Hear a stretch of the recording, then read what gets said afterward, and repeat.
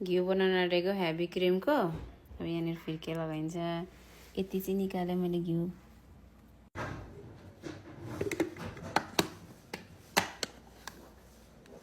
मन तातो पानी लाउनु पर्दो रहेछ, चिसो छ।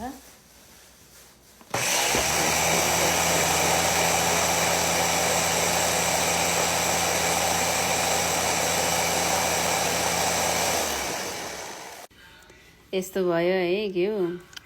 यो म निकाल्छु।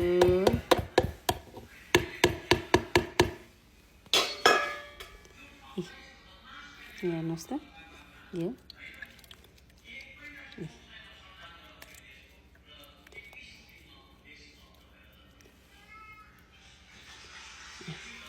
घिउ हेर्नु कस्तो मजाको पहेँलो भयो हो घिउ।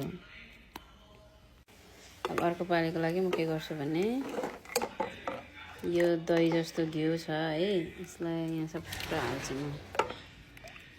यहाँ हाल्छु म। यो चाहिँ रिफ्रिजरमा राखेर होला है, चिसो चिसो छ नि त।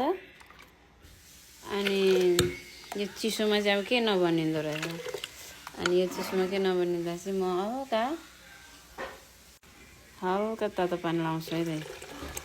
त्यति नै भयो, धेरै लाउनुहुन्न। यो लगायो।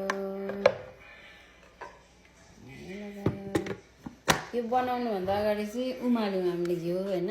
दुधलाई पुरै हेभी क्रिम किनेर लिएर आएर पुरै उमाल्यौँ अनि दही बनायौँ। अनि दही बनाएर चाहिँ अनि फिटेर चाहिँ फिर्के लगाउनु थाल्यौँ है त।